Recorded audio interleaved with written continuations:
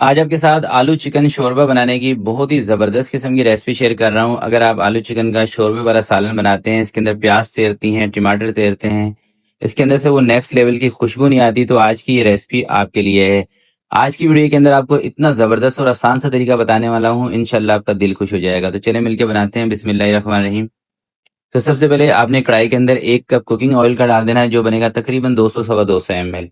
2 medium size की प्याज लें। सबसे पहले आपने प्याज को अच्छी तरीके से ब्राउन कर लेना है। जिस तरह से कि हम कौरमे की प्याज को ब्राउन करते हैं ना, सेम उसी तरह से प्याज को ब्राउन कर लेना है। और साथ इसके ना आपने टमाटर कटिंग करके रख लेने हैं, बल्कि सब्जियां जो जो आपने इसके अंदर ऐड करनी है अभी मैं आपको दिखाऊंगा, वो आपने पहले से ही कटिंग कर लेनी है। प्याज ब्राउन हो जाएगी, इसके अंदर 2 छोटे साइज के टमाटर या फिर 1 बड़े साइज का टमाटर इस तरह से चॉप करके आपने डालना है। लंबा लंबा कटिंग करके नहीं डालना, उससे फिर छिलके नजर आएंगे। ठीक है, चॉप करके डालिएगा। अब इसके अंदर थोड़ा सा आपने पानी ऐड कर देना है, आधे कप से भी थोड़ा सा कम। और कोई 7-8 मिनट के लिए इसके ऊपर आपने कवर लगा देना है, ताकि प्याज और टमाटर दोनों चीजें थोड़ी सी नरम हो जाएं, ताकि फिर हम जब इसकी भुनाई करें तो ये जल्दी से मेल्ट हो जाएंगी। ठीक है, 7-8 मिनट के बाद आपने कवर को हटा देना है। अच्छा, ये काम वैसे आप प्रेशर कुकर में भी कर सकते हैं। अगर आप कुकर के अंदर बना रहे हैं ना सालन, तो कुकर के अंदर ये प्याज टमाटर जल्दी मेल्ट हो जाते हैं। कढ़ाई के अंदर थोड़ा सा टाइम लगता है। अब आपने इसके अंदर चिकन ऐड कर देनी है। चिकन में ले रहा हूँ 750 ग्राम, यानी कि 1 किलो से कम है। 2 चम्मच साथ ही चिकन के अदरक और लहसुन का पेस्ट आपने ऐड कर देना है। 1 चम्मच हरी मिर्चों का पेस्ट। काफी सारी वीडियोस में ना मैं आपको बता चुका हूँ कि हरी मिर्चों का जो पेस्ट है इसका इस्तेमाल लाजमी किया करें, क्योंकि खानों के अंदर ना सिर्फ लाल मिर्चों के साथ टेस्ट नहीं आता। थोड़ा सा अगर आप उसके अंदर हरी मिर्चों के पेस्ट का तड़का मार देंगे ना, यानी कि थोड़ा सा टच दे देंगे, तो उसका जो टेस्ट है काफी बेहतर हो जाता है। अब आपने अच्छी तरीके से इसको भूनना है चिकन को, ताकि चिकन की बोटियां एंड तक सलामत रहे, टूटे ना, चिकन गल जाए, बोटियां ना टूटे, और चिकन के अंदर जो स्मेल वगैरह होगी वो भी खत्म हो जाएगी। जब आप चिकन को ना टमाटर के साथ या प्याज के साथ तेल के साथ अच्छे तरीके से फ्राई कर लेते हैं ना, तो उससे ये फायदा आपको मिलता है कि चिकन आपकी टूटती नहीं है। खासकर मेरी वो बहनें जो ये शिकायत करती हैं कि शेफ हमसे तो चिकन ही सारा टूट जाता है इतनी देर तक अगर हम पकाते हैं। तो भैया आप बेसिक गलती यही करते हैं कि आप चिकन को अच्छे तरीके से फ्राई नहीं करते। जब आप चिकन को अच्छी तरह से फ्राई कर लेंगे ना, तो ये मजबूत हो जाएगी। ठीक है, ऊपर से जो इसकी स्किन है ना, ये मजबूत हो जाती है। और जब पानी डाल के हम इसको लास्ट में 10-15 मिनट के लिए गलने के लिए रखेंगे, तो ऊपर से मजबूत रहेगी और अंदर से चिकन आपका बिल्कुल बेहतरीन गल जाएगा, और जूसेस जो होंगे चिकन के वो बरकरार रहेंगे। और इसके अंदर ना भूनने से आपको ये भी फायदा मिलेगा कि प्याज और टमाटर ये भी पूरा मैश हो जाएगा इसके अंदर। ठीक है, अब चिकन जब अच्छी तरीके से फ्राई हो जाएगी, अब इसके अंदर आपने लाल मिर्चों का पाउडर 1 चम्मच ऐड कर देना है, धनिया पाउडर आधा चम्मच ऐड कर देना है, जीरा पाउडर आधा चम्मच, नमक आपने इसके अंदर 1 चम्मच ऐड कर देना है, और थोड़ी सी ना आपने इसके बीच में कश्मीरी लाल मिर्च भी ऐड कर देनी है। ये सिर्फ कलर के लिए होती है, कलर सुर्ख बनाएगी। और थोड़ी सी आपने इसके बीच में आधे चम्मच के करीब हल्दी ऐड कर देनी है। हल्दी से नहीं, यानी कि बिल्कुल लाल कलर नहीं होगा, हल्का सा यानी कि पीला सा कलर आएगा, मगर बेहतरीन सालन का कलर आएगा। लाल मिर्च, कश्मीरी मिर्च और हल्दी, ये तीनों चीजें जब मिक्स होती है ना, तो एक कलर बेहतरीन आ जाता है। आपका कोई भी शोरबे वाला खासकर सालन हो, उसकी जो ऊपर की तरी होगी ना, वो देखने से ही आपका दिल खुश हो जाएगा। अब आपने अच्छी तरीके से इसको भून लेना है। अगर इस दौरान मसाले जलने लगे तो थोड़ा थोड़ा सा पानी एक आध दफा आपने डाल देना है इसके अंदर। प्याज टमाटर के साथ जब आप मसालों को अच्छी तरीके से भूनेंगे ना, यकीन करें इतना मजेदार ये आपका चिकन शोरबा बनेगा कि आप कहेंगे वाकई में शेफ आपने जो छोटी छोटी टिप हमें बताई है हमारे काम आई है। तो भुनाई के दौरान ही आपने इसके बीच में आलू भी ऐड कर देना है। मैंने तकरीबन जितने हमारी चिकन थी ना, उतने ही मैंने इसके अंदर आलू ऐड कर दिए, यानी कि 750 ग्राम के करीब चिकन थी, इतने ही मैंने आलू लिए थे।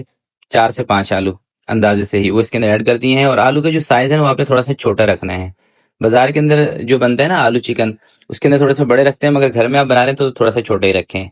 तो जब अच्छे तरीके से इसका पानी खुश्क हो जाएगा ना, टमाटर का, प्याज का, चिकन का, तो फिर आपने इसके बीच में दही डालनी है। जब अच्छी तरह से पानी खुश्क हो जाएगा, और दही थोड़ी सी डालनी है, कोई 3 से 4 चम्मच के करीब दही को फेंट के वो आप इसके बीच में डाल दें।